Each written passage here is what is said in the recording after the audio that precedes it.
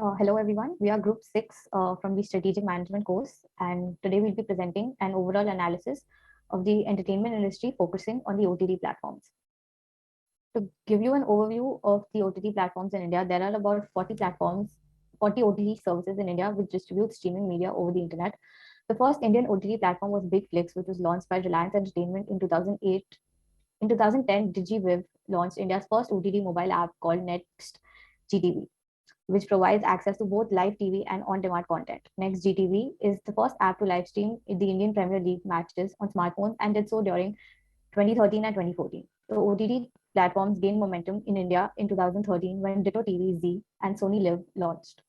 Disney Hotstar was launched in the year 2015 and is one of the most watched OTT platforms in India. As of 2020 July, there are more than 300 million active users. Soon after, Netflix began its operations in India in the year 2016 January. It's one of the most recognized and prominent global OTT segment players. Netflix faces stiff competition from Indian players like Amazon Prime, Disney Plus Hotstar. Amazon Prime India was launched in 2016. The platform has over 2,300 titles available, including 2,000 movies and about 400 shows. Amazon announced in November 2016 that it's planned to stream the global tour globally, which led to speculation over whether the full Prime TV video service would be available in India as well to compete with Netflix. Western analysis of the overall of OTT platforms. Political factors. Political stability is very important for the entertainment industry, as it is one of the most important sources of revenue for the country like India. If a company wants to run its content business in India, the brand needs to get permission from the Indian officials. If they give the brand permission to run its business, the company can present its content according to the requirements. Probably the company won't be able to run all of its content. The company has to reproduce content for the Indian market. Economic factors. This also plays a vital role in the entertainment industry, as economic factors like inflation, employment rate, income distribution, GDP growth, demographics, etc., have a great impact on the revenue of the entertainment industry. People with higher disposable income tend to spend more on the entertainment industry because of their spending power. People in developing countries like India have one of the best media industries of films and theater, yet they need to provide more in children genres, which as it has a huge population of the youth. Social factors. The entertainment industry is highly dependent on the audience, as most of the people spend their time on social media or television even while working. People watch dramas, play games, watch other influencers' lives, and whatnot. The entertainment industry is somehow shaping our social culture. What we are watching in drama, subconsciously we try to act on it in our daily lives. Any awareness needs to be created through social media and television. Our society is being dictated by the entertainment industry directly or indirectly. Technological factors. Technology and the entertainment industry are inseparable things. From black and white television to colorful visuals, our media industry is dominated by technology. It has redefined the products, cost structure, and distribution. The growth of using digital media has forced companies across the globe to invest more in technological advancements and put in their core strategies. The increasing use of technology will reshape the future content creators as high internet access will become a necessity. Environmental factors. The entertainment industry has affected the environmental to some extent. Streaming high definition video and binge watching on OTT platforms can result in significant greenhouse gas emissions, according to a report by the scientists. The report adding that HD video streaming on a smartphone generates about 8 times more emissions than standard definition. According to an estimate, video streaming companies leave 1% carbon footprint on the total global carbon emission. Companies like Netflix have recently joined hands with EPA to use clean energy. It would require companies to show their annual investment in renewable energy. Legal factors. There are laws and regulations applied in the entertainment industry which are strict. Companies have the right to buy copyrights and patents which protect their content, and violation of these may cause a huge sum of fines. However, taxation policies are very strict. Everything will be as per the content, contract, and agreement. Every person will be hired according to the agreement. There is a legal body in the economy to protect the entertainment industry of the country. Let's move on to the Porter's 5 forces for OTT platforms. The first one is the competitive rivalry, which is very high. To understand why this competitive rivalry is so high, let's move on to other Porter's 5 forces for the time being. The threat of new entry. The threat of new entry in OTT platforms is pretty low. This is low because the barrier of entry is low. The cumulative experience of all the existing OTT platforms is pretty low. But the capital requirement to start a new OTT platform is so high that the threat of new entry is low. The buyer's power. There are a large number of customers available, and the switching cost from one OTT platform to the other is not so much. It is pretty low, and the difference between buyers is pretty high. Therefore, the buyer's power is so high that they can easily shift from one OTT platform to the other. The supplier's power is also high. This is so because the number and size of content available is very high. The uniqueness is also high because the content available on one OTT platform might not be available on another OTT platform. Substitutes available. The number of substitutes available is medium in number because there are a number of existing OTT platforms, but that number is not that significant. The perceived level of differentiation is very high because again, the content available on one OTT platform might not be available on the other OTT platforms. The competitive rivalry. The competitive rivalry in the industry itself is very high because the industry growth is high and brand loyalty is low. Therefore, the OTT platforms are a number of times seen struggling for the market share. What we see is that the OTT market has seen tremendous growth in the recent past and will continue to experience the same in the coming future. The market was valued at around 100 billion USD in 2020 and is expected to reach about 200 billion USD by 2026, registering a CAGR of about 13.8%. Now, there are several reasons and trends that contribute to the same. Firstly, the OTT platforms have really benefited from the mobile-first economy, which has indeed increased the OTT subscription rate. This is further complemented with the penetration of 4G and 5G networks in many countries. The onset of the COVID-19 pandemic also positively impacted the OTT landscape as a whole, with audiences consuming more content at home via OTT services. The global subscription growth rate for OTT video streaming companies grew 7 times in March 2020 as compared to the growth rate over the previous 12 months. The connected TVs or smart TVs will also grow at a rapid pace at a CAGR of 6%. Also, around 33% of people watch online videos on a smart TV. Many new companies have also entered the smart TV business, like OnePlus and Xiaomi, which had then increased the demand for OTT models altogether. As the market is still evolving, an array of companies are experimenting with alternative monetization models. Consumers are spending more on subscriptions than ever before, making it the single largest video services payment method at around 51% of global spend. Also, as subscribers show a willingness to pay for premium content, OTT players are coming up with freemiums model that provide free access to a selected content catalog to acquire new subscribers, along with premium content and services for paying subscribers to drive up average revenue per user. With competition intensifying and greenfield growth becoming more challenging, the market is now full with mergers and acquisition talks and partnerships with companies seeking to expand into new markets or otherwise differentiate themselves. Notable examples include Verizon's purchase of Yahoo or T-Mobile with Netflix streaming partnership. Partnerships tend to focus on 3 strategies: marketing simply as a brand and sales tool, service integrations or technical integrations, and commercial agreements with revenue sharing. Today, a vast number of households have OTT subscriptions, and they consume it in the same time of day pattern as traditional TV viewers. Pay TV providers are in the best position to develop live streaming services that exploit content that is best experienced in real time, such as the news or sports or talk shows. But this could change as the content owners are beginning to develop their own platform and OTT partnerships. For example, Formula One's owner, that is Liberty Media Corporation, shows races on its OTT platform. Wimbledon Tennis Championships not only has an incredible spread of TV broadcast rights, but also has a social media presence of over 160 million viewers on Facebook alone. When we talk about the challenges which the OTT industry is facing right now, the biggest is that of monetization. Despite this exponential growth and consumer commitment, very few providers have solved the challenge of monetization. Netflix, for example, is in an attempt to produce new content, secure the rights for additional content, and diversify through over 190 countries, has resulted in the company racking up billions in long-term debt. Stricter legal enforcements in many countries, like complex IP protocols or royalty definition or character rights or geographical restrictions, not only impact their revenue, but also expose them to copyright infringement risks. OTT platforms also deal with high resolution video data. This means that there is a need for greater processing power, especially for compression. This further needs a need for more fiber capacity, and this further comes with the demand for more energy. And the need for greater power, energy, and fiber capacity also creates a high demand for storage capacity, in turn increasing the cost and infrastructure. Nowadays, viewers do not prefer to browse through numerous channels to get what they want. With a wide range of options out there, they're likely to get distracted quite easily. They need a more personalized experience, and this is where a young challenge lies in the OTT platforms, that is, consumer retention. Streaming of live TV channels contributes to a bulk of traffic for OTT platforms. Live streaming also exposes them to piracy issues. With the growth of broadband, it is becoming very difficult for OTT players to track piracy and illegal streaming.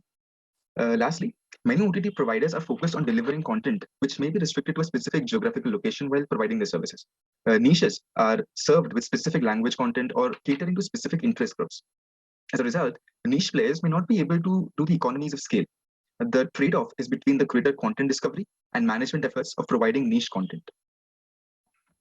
So I'll be speaking on the company analysis of Netflix and Amazon Prime Video. So Netflix is the leading streaming video on demand company which operates in more than 190 countries and has a user base of more than 130 million subscribers. It entered in India in the year 2016, whereas its origin country is US, and it went public in the year 2002. So it has a penetration of 2% in terms of Indian OTT users, and it has a licensed content. That means the content bought from other media houses, other directors. Like it has a licensed content of 70%, which is of approximately 14 billion in value.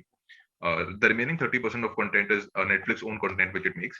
So it has generated a revenue of $9.24 billion in the financial year 2020 as compared to a revenue of $4.71 billion which was generated in the financial year 2019. So it is a jump of double of revenue. So we'll talk about it, like why it happened. It is very amusing to see that Netflix consumes 15% of the overall internet that is available. So now we come to Amazon Prime Video. So it is also a subscription-based streaming service which has more than 200 million subscribers present over 200 countries. So it entered India in the same year as Netflix in the year 2016 because they are like very good rivals. So Amazon Prime Video is a part of the big Amazon company, which went public in 1997. So it generated about 19.21 billions in revenue in financial year 2019 and $25.21 billion in revenue in financial year 2020. Amazon Prime Video has a licensed content of 90%. That means it has less of its own content and more of the content which it has bought from other media houses. So it is also very amusing to see that Amazon Prime Video consumes 7.7 of the world's internet. So if we add these two companies, like it is more than 22% of the world's internet. Adding some more OTT companies, some video streaming companies, we see that 1/3 of the internet is used by just these OTT platforms. Also, we see that Amazon Prime has a more touch with India. Like they have made shows like Mirzapur, The Family Man, some comedy shows which are related to India. So they are more in touch with the general Indian public, probably in the rural India as well. So we see that Amazon Prime Video has a benefit of Amazon being as one of its parent company, because of which it gets help as in from the cash thing. Because even if they are losing on money, even if they're losing on subscribers, they have that backing of Amazon to get money. Whereas Netflix, we see that they don't have such backing, and it is not a not a proper profit making company as of now. So we see that both these companies did very well during lockdown because people were sitting at their homes, they had nothing to do, so they were subscribing to Netflix, Amazon Prime Video, giving so much time here, binge watching a lot of TV series, movies. So both these companies grew a lot during lockdowns.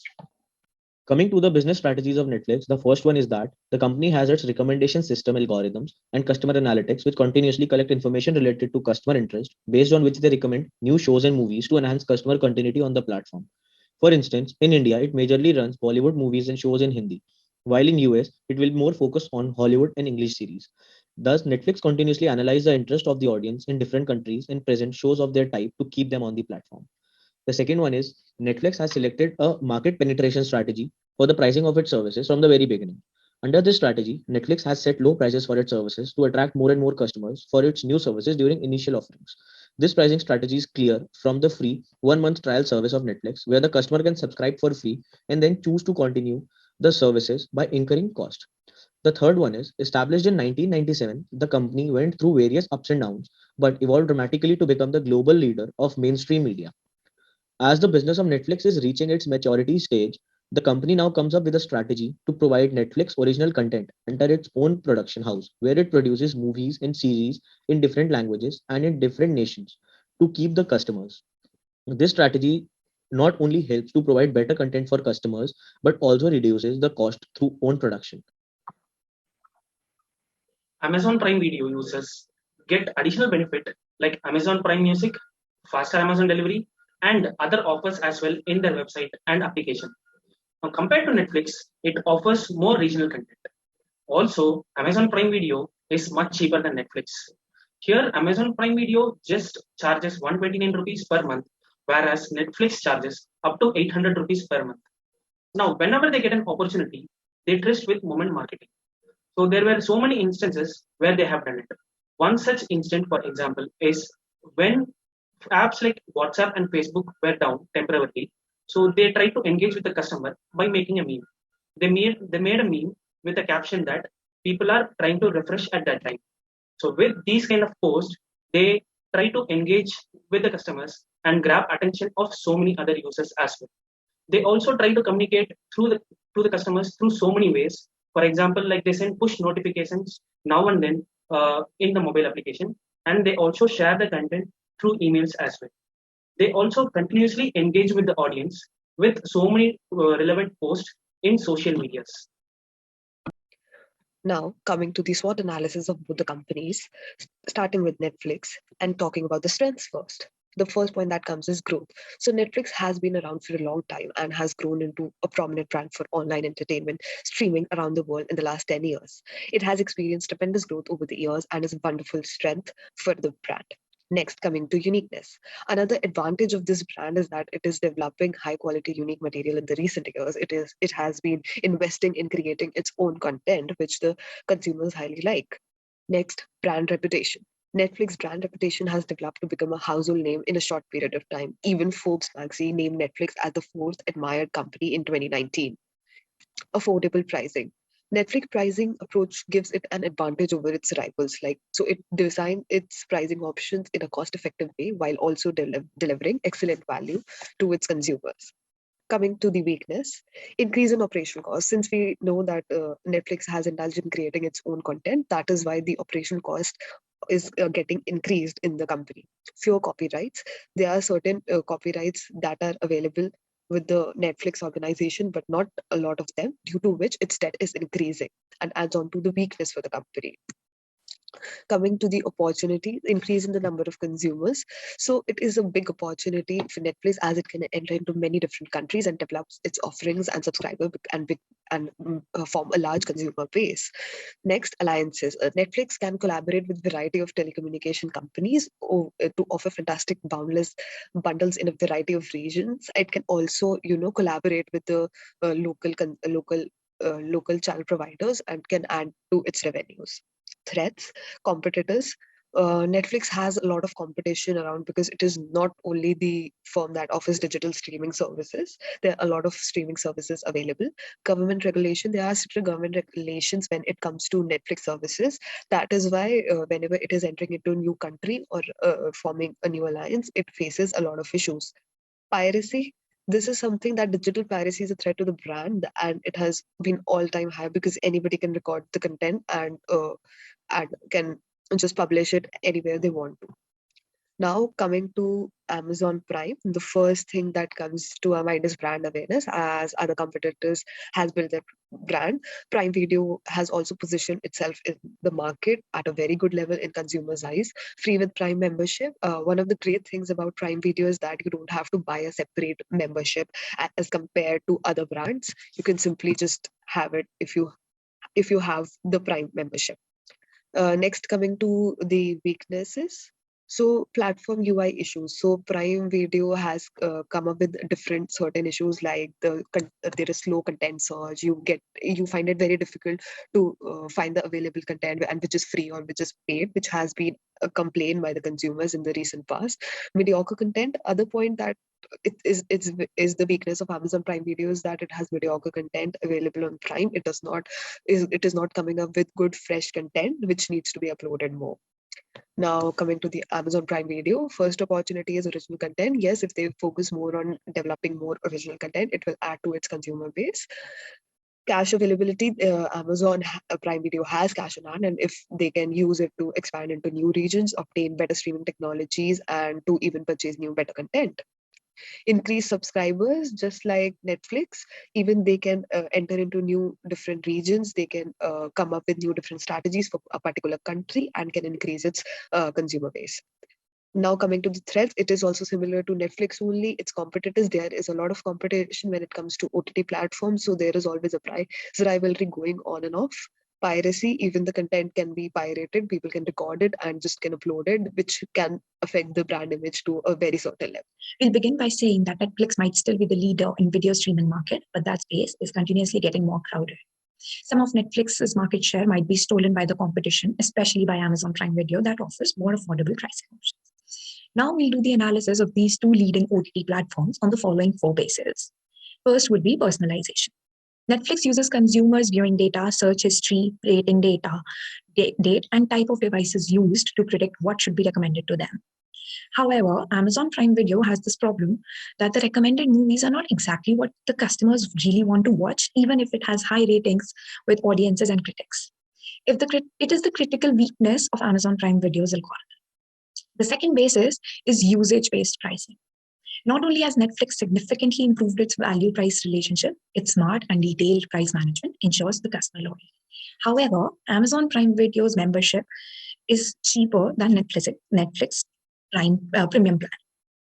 Now, on the collaboration ecosystem, Amazon Prime Video app has a larger library than Netflix. As of 2020, Amazon had 14,210 titles and Netflix only had 3,803. Our fourth basis would be organizational agility. Netflix's strategic agility, in which employees feel that their judgment isn't trusted, can be a significant barrier preventing their company from successfully implementing new strategies. However, Amazon's strategic agility connects everyone and everything all the time, delivering frictionless value on a large scale. Profitability analysis for Netflix and Amazon. First, let's talk about Netflix. The return on equity, as seen in the graphs, first was very high in the years 2007 and 2009, but it started sinking down as other OTT platforms came into existence. But since then also, the Netflix has been able to maintain its market share and increase its profitability while still increasing its market share in a number of segments. The return of investment has also been very high in the starting, but has gone down significantly. This is also because Netflix has been since then been focused on getting more and more market share. The return on assets is also pretty much high because the Netflix invests a lot in new content, which they want to make it available on their platforms. Further, let's talk about Amazon. The business model for Amazon is not that simple. It is pretty complex. And the reason they drive so much value from Amazon Prime Videos is because Prime Videos also facilitates and signifies sales for the main Amazon market. Thank you so much.